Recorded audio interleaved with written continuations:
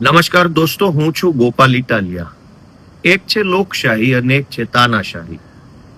લોકશાહી દેશ આવવા માટે 200 વર્ષ સુધી આપણા દેશના સ્વતંત્રતા સેનાનીઓ લડ્યા.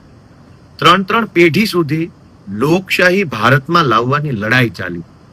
એનો સીધો અર્થ એમ કે લોકશાહી કોઈ એવી વસ્તુ નથી કે એક ઝાટકે આવી જાય. આજે સવારે ચાલુ કરો કામ ને રાત સુધીમાં આવી જાય એવી વ્યવસ્થા નથી. લોકશાહીને લાવવા માટે ગાંધીજી, એમના પહેલાના, એમના પછીના બધા જ મહાપુરુષોએ 200 વર્ષ સુધી અંગ્રેજો સામે તમામ પ્રકારની લડાઈ લડ્યા અને લોકશાહી આવી. બીજું છે તાનાશાહી.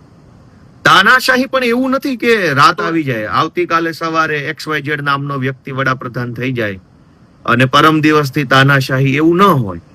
તાનાશાહી પણ ધીમે ધીમે ધીમે ધીમે ધીમે ધીમે ધીમે આવે છે. જેમ લોકશાહી ધીમે ધીમે આવે એમ તાનાશાહી પણ ધીમે ધીમે આવે. લોકશાહી એટલે શું? કે લોકો નિર્ણય લેશે, લોકો નક્કી કરશે, લોકોનું સારું શું, લોકોનું ખરાબ શું. લોકો બધા જ નિર્ણયો લોકો પોતે લેતા હોય એવો લોકોને ફીલ આવે, એવો અહેસાસ થાય. જરૂરી કે દેશના કરોડો લોકોની સહી હોય સરકારી કાગળ ઉપર. સહી કલેક્ટરની જ હોય, અથવા સહી કેબિનેટ મંત્રીની હોય, કે સહી મુખ્યમંત્રીની હોય. પણ મુખ્યમંત્રી કે વડાપ્રધાન જે કાગળ ઉપર સહી કરે એ સહી મારા વતી છે, હું એમાં રાજી છું, મારી એમાં ખુશી છે, એવો અહેસાસ તો લોકોને થવો જોઈએ. એટલે લોકોનું શાસન એટલે એમ કે સરકાર જેટલા પણ નિર્ણયો લે એમાં લોકોને પોતાની મરજી હોવાનો, પોતાની ઈચ્છા મુજબ સરકારે કર્યું હોવાનો અહેસાસ થવો જોઈએ. પણ લોકોને જ્યારે એવો અહેસાસ ન થાય કે આ નિર્ણય મારા વતી અથવા મને ગમે એવો છે, ત્યારે લોકો વિરોધ કરે, લોકો બોલે, લોકો પ્રશ્ન પૂછે. અને લોકો પ્રશ્ન પૂછે એટલે જ તો લોકશાહી જીવતી ગણાય. એ દેશોમાં લોકો પ્રશ્નો નથી પૂછતા કે લોકો નથી પ્રશ્ન પૂછી શકતા, એ દેશમાં લોકશાહી નથી. અને જે દેશોમાં લોકો ઈચ્છે ત્યારે પોતાની સરકારને ઈચ્છે એવો પ્રશ્ન પૂછી શકે, એ દેશો લોકશાહી દેશો છે. બાળકો છેલ્લા 1 મહિનાથી જંતર મંતર ઉપર વિરોધ કરી રહ્યા છે, શાંતિપૂર્વકનો વિરોધ. કોઈ ઉશ્કેરાટ ભર્યા ભાષણો નહીં, કોઈ ઉશ્કેરાટ ભર્યા સૂત્રો નહીં, કોઈ હિંસા નહીં. 1 મહિનાથી તદ્દન બિન રાજકીય રીતે ભારતના બાળકો સોનમ વાંગચુકજી અને અભિજીત દીપકેના નેતૃત્વમાં પોતાનો અવાજ સરકાર સુધી પહોંચાડવાની કોશિશ કરી રહ્યા છે. એમાં રાજકારણ ક્યાંય નથી. માત્ર એક વ્યાજબી પ્રશ્ન છે કે હજારો પેપર લીક થાય છે, બાળકોનું ભવિષ્ય બગડે છે, આનો જવાબદાર કોણ? આટલો સિમ્પલ પ્રશ્ન સરકારને નહીં પૂછીએ તો કોને પૂછવાનો? જે સરકારને આપણે મત આપીએ તો સરકાર આપણને થેન્ક યુ કે વાહ સરસ, તમે સારા નાગરિક છો, કેમ કે તમે અમારી XYZ પાર્ટીને મત આપ્યા. અને મત આપ્યા પછી એ જ વ્યક્તિ જો પ્રશ્ન પૂછે તો દેશદ્રોહી કેવી રીતે બની જાય છે, દેશ વિરોધી કેવી રીતે બની જાય છે? આ કેન્દ્રમાં રહેલી તાના સરકારનું એક મનોવૈજ્ઞાનિક જનતા ઉપર તાનાશાહી ભર્યું વલણ છે કે જે માણસ પ્રશ્ન પૂછે બધા જ દેશદ્રોહી. અને પ્રશ્ન કોને પૂછે છે? સરકાર નહીં. સરકાર તો અનેક આવી, અનેક ગઈ. તો એવું તો નથી કે દેશ જ સરકાર છે અને સરકાર જ દેશ છે, કેમ કે અહીંયા આપણે ત્યાં દુનિયાના દેશોની જેમ રાષ્ટ્રપતિ શાસન નથી. અહીંયા સરકાર છે જેને લોકો પસંદ કરે. 1 મહિનાથી નીટ, રીનીટ, અલગ અલગ અનેક પેપર લીક. માણસના જીવનમાં ડોક્ટર બનવું એ કેવડું સપનું હોય છે. અનેક વિદ્યાર્થીઓ 10માની બોર્ડની પરીક્ષા આપે ત્યારે ઉજાગરા કરે છે. અને માત્ર વિદ્યાર્થી નહીં, એના માતા પિતા, દાદા દાદી, કુટુંબના સગાવાલા પણ ઉજાગરા કરે, મહેનત કરે.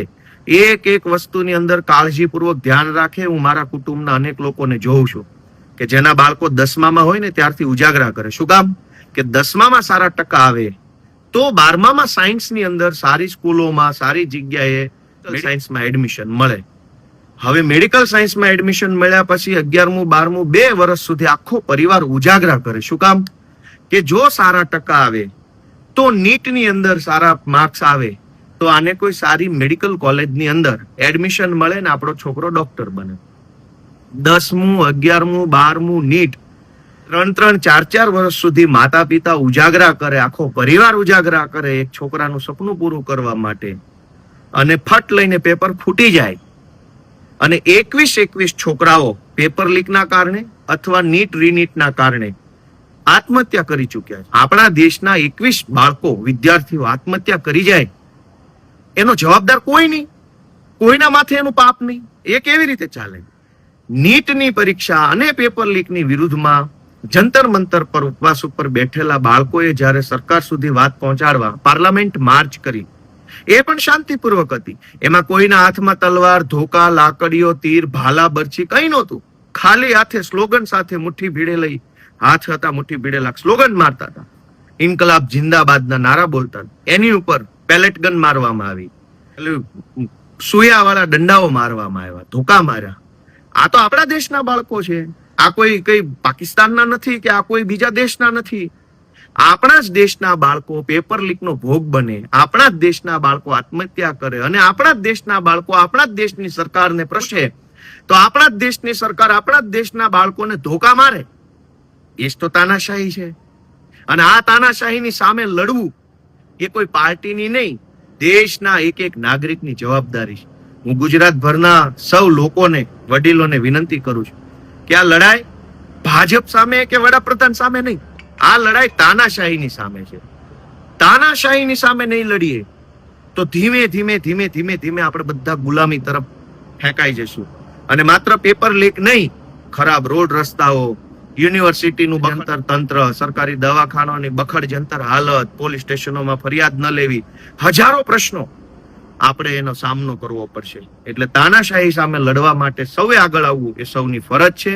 હું સૌને અપીલ કરું છું કે કશું ન કરી શકો તો એક વોટ્સએપ કે ફેસબુક નું સ્ટેટસ તો મૂકો. આ દેશ આપણો છે, કોઈ ભાજપનો કે કોંગ્રેસનો કે કોઈ પાર્ટીનો આ દેશ નથી. દેશ આપણો છે. પાર્ટી તો આજે છે કાલે નહીં હોય, નેતાઓ આજે છે કાલે નહીં હોય, દરેક નેતા મરી જવાના છે. દેશ અને આ સમાજ વ્યવસ્થા અખંડ છે, અમર છે. આ વ્યવસ્થા જળવાઈ રહે, લોકશાહી ટકી રહે, એના માટે એક ફેસબુક ઉપર કે વોટ્સએપ ઉપર કે તમારા સોસાયટીના ગ્રુપમાં સમર્થન કરતી, બાળકોને સમર્થન કરતી પોસ્ટો મૂકો. આટલું બધું ડરીને જીવવાનું શું જીવવાનું? સૌને મારા જય જય ગરવી ગુજરાત.